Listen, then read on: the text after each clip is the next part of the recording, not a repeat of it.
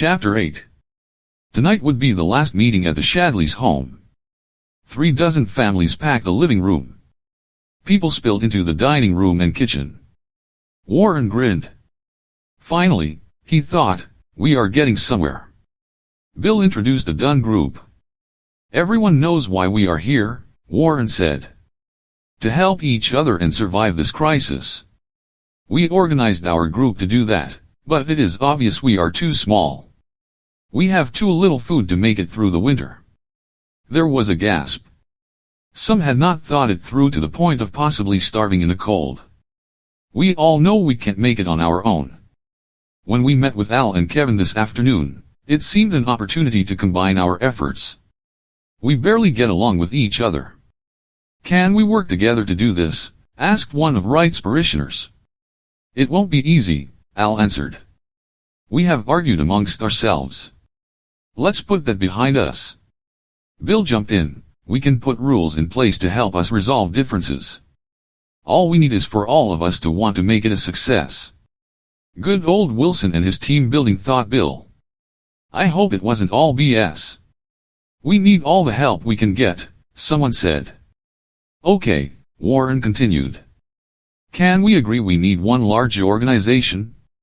Our group isn't interested in running it. We want to share responsibility. We need a formal structure. Al Wright and Kevin DeSantos agreed. Their followers were eager to get involved, and the congregations respected and trusted the two pastors. Are there questions? Warren asked. Yes, Sharon's friend Jim Handley looked nervous. We're short of food. Our little girl is suffering. Hi Jim, Sharon jumped into the conversation. Everyone, this is Jim Handley and his wife. I am sorry I don't know your name. Sarah, Jim spoke up for his young, shy wife. Sharon looked at the young couple and then to the crowd. We need this organization. Jim, see me after the meeting. All of us are already hungry. We need to get moving quickly to find more food. I propose we form a group and call it the Emergency Aid Committee. Kevin DeSantos was a man of action.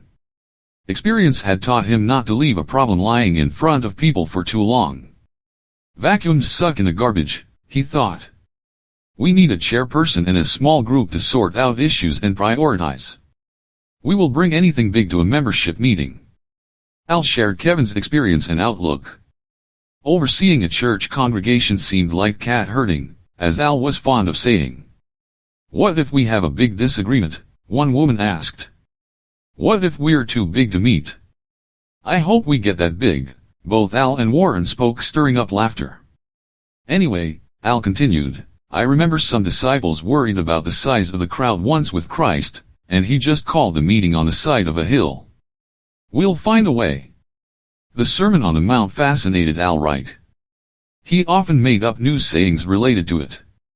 He developed the habit of opening every meeting by saying, Blessed are the bread makers, for they shall receive thanks. Bill Shadley became chairperson with Warren, Al, Kevin, and Walt Lefevre forming a steering committee. When someone pointed out the committee was all men, Sharon said that she would just tell Bill what to do, anyway.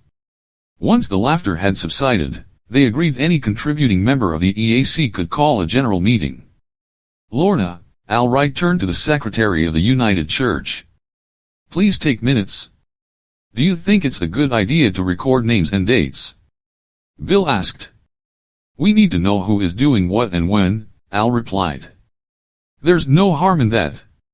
When Lorna asked if she could state a purpose for the committee, Al Wright simply said, we aim to keep as many people as possible alive, driving home the danger facing them.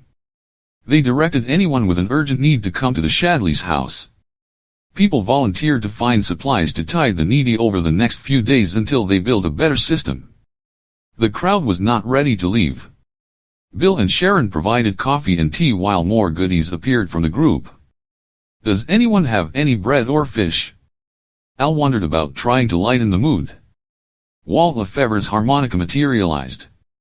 Fractured versions of old songs and some newer pop tunes sounded through the house. Jeff and Brandy mingled with the crowd along with several other young people. Jim and Sarah's little girl Kim entertained everyone as she danced and munched on a big cookie Brandy gave her. What about that group we saw at the town hall today? Warren chatted with Al and Kevin. I think we let them stew for a bit, Al said. Let's get our plans in place and then we can give them something definite. They need to blow off steam. Some of that crowd avoids work, but many will pitch in. We must be firm and focused.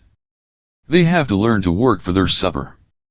I've noticed, Al continued, that a lot of the go-getters and hard workers have left town, probably headed to the city looking for work. I hope they find it, but I think we are better off staying put and trying to survive here.